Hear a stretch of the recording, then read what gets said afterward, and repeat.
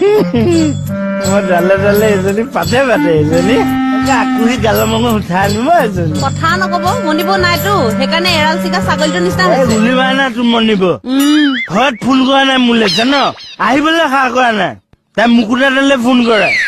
ঘৰলৈ আহিবলৈ দে পিকনিক খাবলৈ নিম বুলি কৈ তাক পিটন দিম লক লক শুন মনিব মাজত নোসোমাবে কোৱা